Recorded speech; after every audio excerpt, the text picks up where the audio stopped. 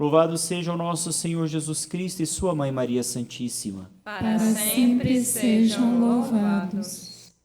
Desde algumas semanas nós estamos vendo o relato da criação no livro do Gênesis. Hoje, de um modo particular, nós vimos o modo como Adão e Eva colaboram com a criação, né? A partir da sua união conjugal, eles, junto com Deus, geram os primeiros homens, né? Os seus filhos, Caim e depois Abel. O fato é que a corrupção que tinha entrado no coração de Adão e Eva por causa da desobediência e por causa da soberba, de um modo particular, que os levou a querer ser Deus, a querer ocupar o lugar de Deus. Um chamado que, na verdade, nós recebemos desde sempre, a participação na vida divina. É impossível para nós sermos deuses, porque para o ser humano é impossível que nós assumamos a natureza divina. Para Deus é possível que ele se faça homem.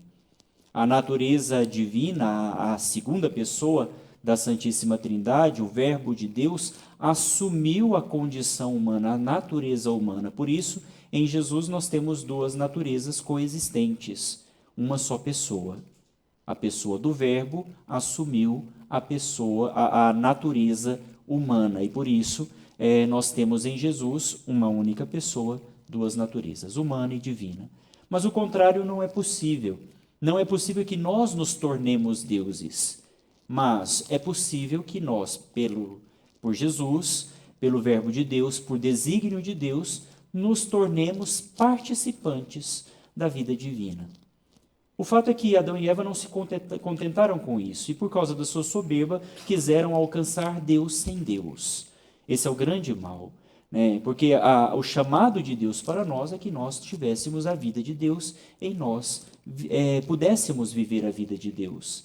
E esse chamado perdura, né? E com Cristo se realiza, se concretiza. Pelo batismo, nós fomos inseridos na vida de Deus de um modo sobrenatural. E nós podemos, pelo batismo, viver a vida de Deus.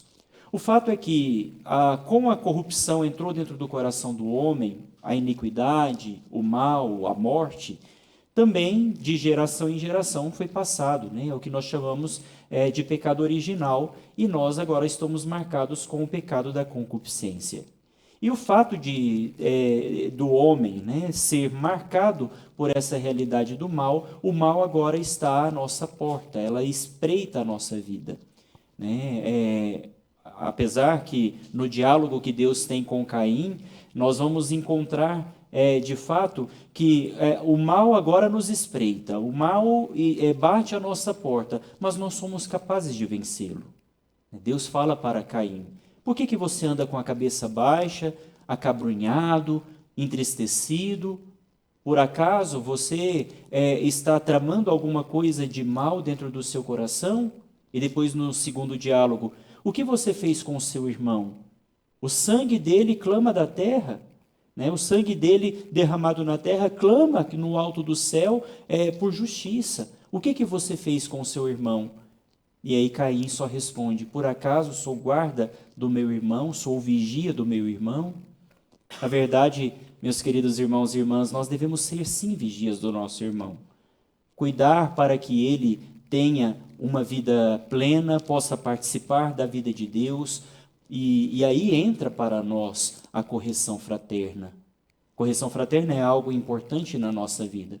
Para que nós possamos, de fato, ter uma correção fraterna, fazer uma correção fraterna, precisamos visar única e exclusivamente o bem do nosso irmão. Qualquer outro interesse por trás de uma correção fraterna não é, de fato, correção fraterna. É algo que talvez se baseia na nossa própria justiça ou na nossa própria vontade. Hoje, dentro do Evangelho, algo muito interessante também. Jesus tinha acabado de fazer um grande sinal. Era um dos sinais do Messias, é que ele alimentaria o seu povo.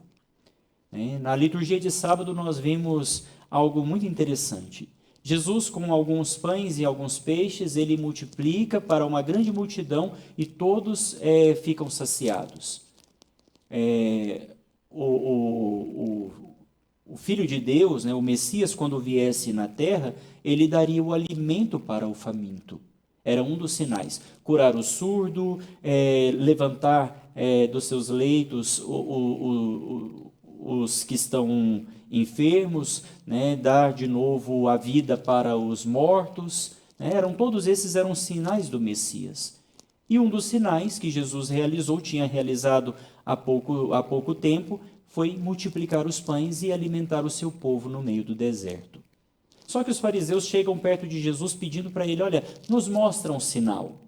Se você realmente é o Messias, mostra para nós um sinal. E Jesus disse, nenhum sinal será dado para essa geração.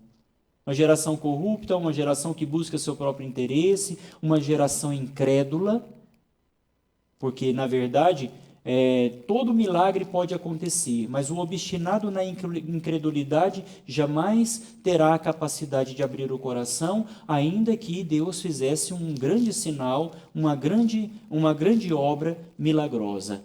Olha quantos milagres nós temos existentes no mundo. Milagre de Lanciano, um dos milagres eucarísticos mais conhecidos no mundo inteiro, que remonta vários séculos atrás e que até hoje estão lá as espécies eucarísticas do corpo e do sangue do Senhor, num grande milagre. E quantos olham para essa realidade e não acreditam assim mesmo na Eucaristia? Então não basta simplesmente Deus mostrar um sinal, é necessário que o homem abra o seu coração para que Deus possa convencer, dar o convencimento ao coração, que só vem ao coração daquele que crê. Louvado seja o nosso Senhor Jesus Cristo. Para sempre seja louvado.